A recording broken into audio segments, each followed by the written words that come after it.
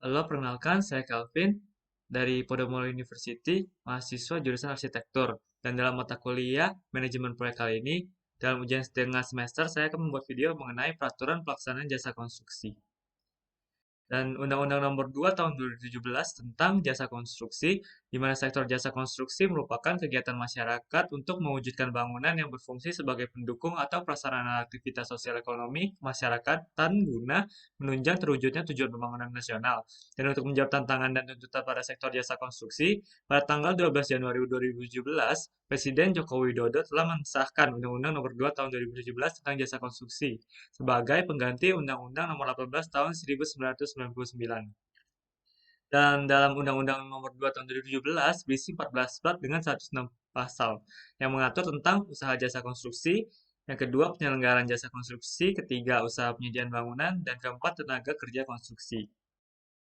Dan rangkumannya adalah yang dalam pasal 1 ketentuan umum, di mana menjelaskan beberapa hal-hal umum dalam jasa konstruksi. Di mana yang pertama adalah jasa konstruksi adalah layanan jasa konsultasi, konstruksi, dan pekerjaan konstruksi. Lalu konsultan konstruksi adalah layanan keseluruhan atau sebagian kegiatan yang meliputi pengkajian, perencanaan, perancangan, pengawasan, dan manajemen penyelenggaraan konstruksi suatu bangunan. Ketiga, pekerjaan konstruksi adalah keseluruhan atau sebagian kegiatan yang meliputi pembangunan, pengoperasian, pemeliharaan, pembongkaran, dan pembangunan kembali suatu bangunan. Keempat, standar keamanan, keselamatan, kesehatan, dan keberlanjutan adalah pedoman teknis, keamanan, keselamatan, kesehatan tempat kerja konstruksi, dan perlindungan sosial tenaga kerja, serta tata lingkungan setempat dan pengelolaan lingkungan hidup dalam penyelenggaraan jasa konstruksi. Lalu usaha penyediaan bangunan adalah pengembangan jenis usaha jasa konstruksi yang dibiayai sendiri oleh pemerintah pusat, pemerintah daerah, badan usaha, atau masyarakat, dan dapat melalui pola kerjasama untuk mewujudkan memiliki, menguasai, atau meningkatkan kemanfaatan bangunan. Dan keenam, kegagalan bangunan adalah suatu keadaan keruntuhan bangunan atau tidak berfungsinya bangunan setelah penyerahan akhir hasil jasa konstruksi. Lalu dalam pasal 4 sampai 8 mengenai tanggung jawab dan kewenangan. Tanggung jawab pemerintah pusat adalah peningkatan kapasitas usaha, terciptanya kesetaraan hak kewajiban pengguna dan penyedia jasa, lalu terselenggaranya jasa konstruksi sesuai K4, peningkatan kompetensi, peningkatan material, peningkatan partisipasi masyarakat, dan penyediaan sistem informasi jasa konstruksi. Dan kewenangan kepala daerah, yaitu pemerintah daerah provinsi, yang pertama sebagai wakil pemerintah pusat melakukan pemberdayaan dan pengawasan. Kedua, pelatihan tenaga ahli. Tiga, pengelolaan sistem informasi. Dan dari pemerintah daerah kabupaten atau kota, yang pertama ada pelatihan tenaga terampil. Kedua, pengelolaan sistem informasi. Ketiga, penertiban IUJK. Dan terakhir adalah pengawasan tertib usaha dan penyelenggaraan. Lalu ini ada struktur usaha jasa konstruksi pada pasal 11 sampai 17. Jenis usahanya adalah jasa konsultasi konstruksi, pekerjaan konstruksi, dan pekerjaan konstruksi terintegrasi. Dan sifat-sifatnya dibagi dua yaitu umum dan spesialis. Dan klasifikasinya ada arsitektur, rekayasa, rekayasa terpadu, arsitektur lanskap. Lalu untuk yang spesialisnya ada konsultasi ilmiah dan teknis, pengujian dan analisa teknis. Dan ini adalah layanan usahanya. Dan untuk pekerjaan konstruksi yang umum adalah bangunan gedung dan bangunan sipil untuk klasifikasinya. Dan untuk yang spesialis itu ada instalasi konstruksi khusus, konstruksi prefabrikasi, penyelesaian bangunan, dan penyewaan peralatan. Dan ada layanan usahanya juga. Dan yang terakhir adalah pekerjaan konstruksi terintegrasi, yang klasifikasinya dibagi dua yaitu bangunan gedung dan bangunan sipil dengan layanan usaha, rancang bangun, dan perekayasan, pengadaan, dan pelaksanaan. Dan pasal dari 19 sampai 23 yaitu tentang segmentasi pasar jasa konstruksi, di mana bentuk dan kualifikasi usaha itu ada 5, yaitu orang perseorangan dengan segmentasi pasarnya berisiko kecil. Lalu ada badan usaha kualifikasi kecil dengan segmentasinya berteknologi sederhana dan berbiaya kecil. Jadi orang dan perseorangan ini dijadikan satu segmen. Lalu ada badan usaha kualifikasi menengah yang segmentasi pasarnya ada berisiko sedang, berteknologi media, dan berbiaya sedang. Dan untuk badan usaha kualifikasi besar dan perwakilan badan usaha jasa konstruksi asing, itu segmentasi pasarnya ada berisiko besar, berteknologi tinggi, dan biaya besar. Dan pada pasal 32 sampai 34 ada pengaturan jasa konstruksi asing. Di mana yang pertama cara BUJK atau Badan Usaha Jasa Konstruksi Asing berusaha di Indonesia melalui membuka kantor perwakilannya, lalu ada bekerja sama modal dengan BUJK nasional. Lalu yang kedua, kewajiban BOJK asingnya adalah yang pertama adalah kerjasama dengan BOJK nasional dengan kualifikasi besar, menempatkan WNI sebagai pejabat tertinggi, memperkerjakan lebih banyak TKI, dan melaksanakan alih teknologi. Dan ini ada pada pasal 68 sampai 73, di mana ada tentang tenaga kerja konstruksi, di mana tenaga kerja konstruksi ada dibagi tiga, di mana ada kualifikasinya, ada dua kualifikasi. Nah, di mana kualifikasi yang pertama ada operator, teknisi, dan ahli. Klasifikasi kedua itu arsitektur, sipil, mekanikal, elektrikal, serta lingkungan, dan manajemen pelaksanaan. Lalu ada pelatihan juga dan ada sertifikasi kompetensi kerja yang juga menjelaskan adalah lembaga sertifikasi profesinya. Lalu ada penyelenggaraan jasa konstruksi pada pasal 38 sampai 39. Jadi penyelenggaraan jasa konstruksi dibagi dua, yaitu usaha jasa konstruksi dan usaha penyediaan bangunan. Yang paling di mana usaha jasa konstruksi dibagi dua lagi, ada yang dikerjakan sendiri dan ada pengikatan jasa konstruksi. Nah, dan untuk usaha penyediaan bangunan juga ada yang dikerjakan sendiri dan ada juga dengan perjanjian penyediaan bangunan. Benar-benar provinsi dapat membuat kebijakan khusus untuk meningkatkan kapasitas pelaku jasa konstruksi di daerah. Lalu pada pasal 41 sampai 44, pemilihan penyedia jasanya adalah metode pemilihannya yaitu pekerjaan konstruksi dan jasa konsultasi konstruksi. Untuk yang pekerjaan konstruksi ada formal tender, lalu pengadaan secara elektronik atau pengadaan langsung dan penunjukan langsung. Sedangkan untuk jasa konsultasi konstruksi itu biasa melalui seleksi, pengadaan langsung dan penunjukan langsung. Lalu dalam pasal 60 sampai 67 ada kegagalan bangunan. Ya, di mana yang pertama ada pengaduan, lalu penerimaan laporan kegagalan bangunan oleh menteri, lalu penetapan menilai ahli oleh menteri, lalu ada laporan dari penilai ahli, di mana laporan dari penilai ahli ini ada standar mutu bahan, standar mutu peralatan, standar keselamatan kerja dan kesehatan, standar prosedur pelaksanaan, standar mutu hasil pelaksanaan, standar operasi dan pemeliharaan, lalu ada pedoman pelindungan sosial tenaga kerja, standar pengelolaan lingkungan hidup, dan memperhatikan kondisi geografi rawan gempa. Yang terakhir adalah penentuan pihak yang bertanggung jawab. Lalu ada PP 22 tahun 2020, PP 22 tahun 2020 tentang peraturan pelaksanaan Undang-Undang tahun 2017 tentang jasa konstruksi. Mendefinisikan bahwa jasa konstruksi adalah layanan jasa konsultasi konstruksi atau pekerjaan konstruksi. Lalu penyelenggaraan usaha jasa konstruksi adalah upaya pengelolaan rangkaian kegiatan untuk mewujudkan bangunan konstruksi yang kukuh, andal, berdaya saing tinggi, berkualitas, dan berkelanjutan.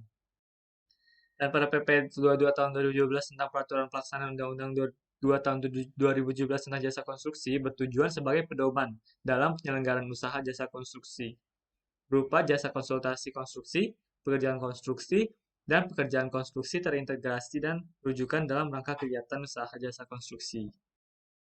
Lalu poin penting yang diatur dalam PP 22 tahun 2020 adalah yang pertama, pelibatan masyarakat jasa konstruksi pada kewenangan pemerintah pusat maupun daerah.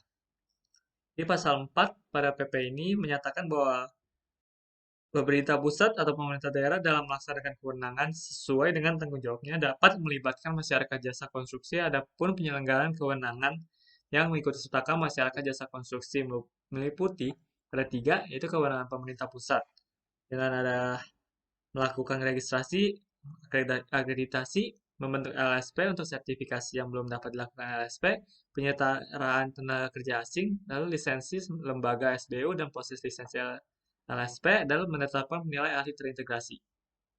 Kewenangan pemerintah provinsi adalah penyelenggaraan pelatihan, penyelenggaraan sistem informasi jasa konstruksi meliputi daerah provinsi.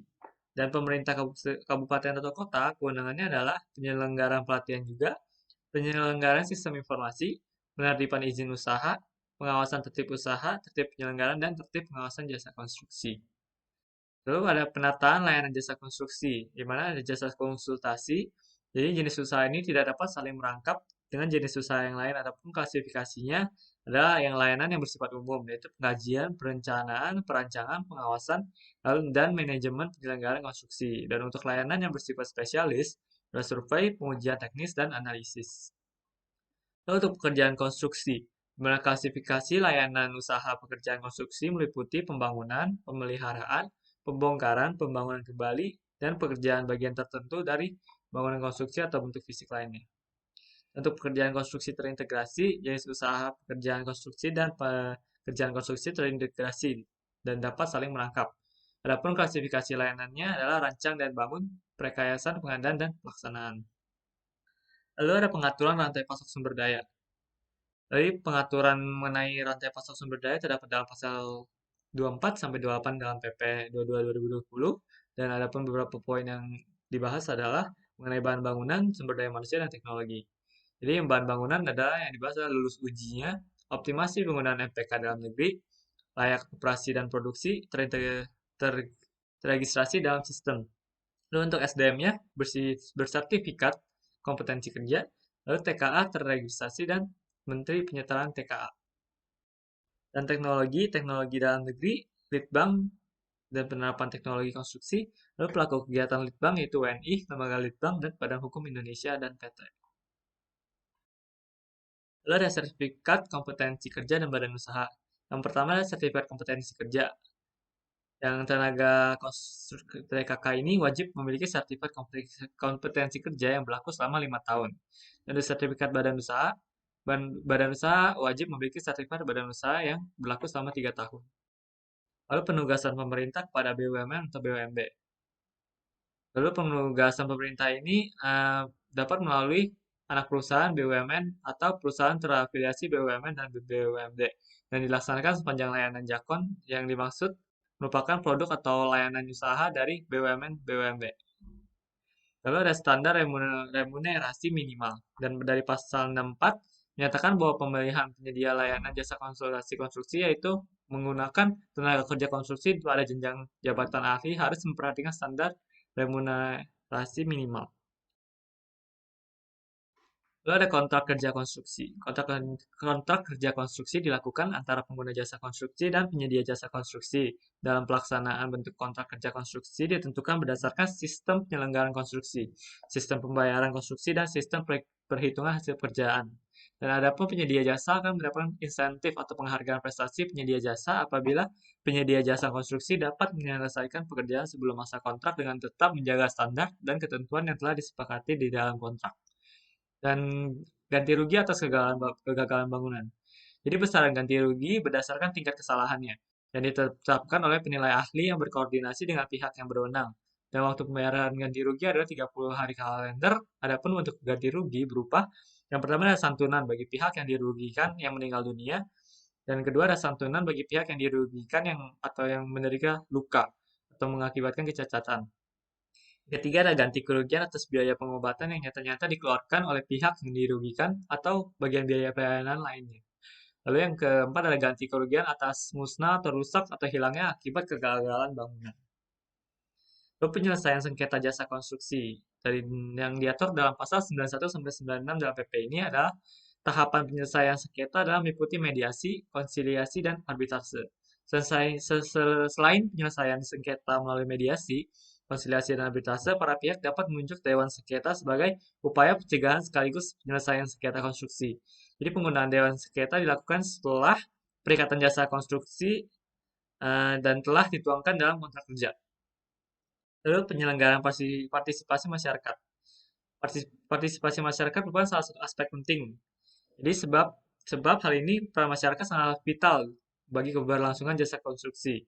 Jadi ada pun aspek terpenting dari beberapa peran masyarakat jasa konstruksi adalah yang pertama aspek informasi dan keterangan terkait jasa konstruksi. Kedua, pengaduan gugatan dan upaya mendapat ganti rugi terhadap dampak kegiatan jasa konstruksi. Ketiga, asosiasi profesi dan asosiasi badan usaha sesuai ketentuan. Pengaduan masyarakat. Masyarakat dapat menyampaikan pengaduan secara langsung kepada pemerintah atau melalui aparat penegak hukum. Jadi pada pasal 141 jelaskan bahwa pengaduan dapat disampaikan oleh masyarakat kepada menteri, gubernur, bupati, atau wali kota. Selanjutnya pasal 142 menyatakan bahwa dalam hal pengaduan dari masyarakat dapat disampaikan kepada Kejaksaan Republik Indonesia atau kepolisian. Lalu kedua, menteri gubernur sesuai kewenangannya menyampaikan tanggapan kepada masyarakat dalam jangka waktu paling lama 14 hari. Lalu menteri gubernur dan wali kota sesuai kewenangannya wajib menyelesaikan pengaduan dalam jangka waktu paling lama 60 hari. Bertambahnya peran asosiasi diberikan ruang yang lebih besar dalam membentuk lembaga sertifikasi. Pada pasal 41 jelaskan bahwa proses sertifikasi badan usaha oleh menteri dilakukan melalui lembaga sertifikasi badan usaha yang dibentuk oleh asosiasi badan usaha terakreditasi. yang maka asosiasi yang terakreditasi akan lebih bergairah dalam menjalankan fungsi pembinaan dan pemberdayaan para anggotanya. Sekian presentasi dari saya. Terima kasih.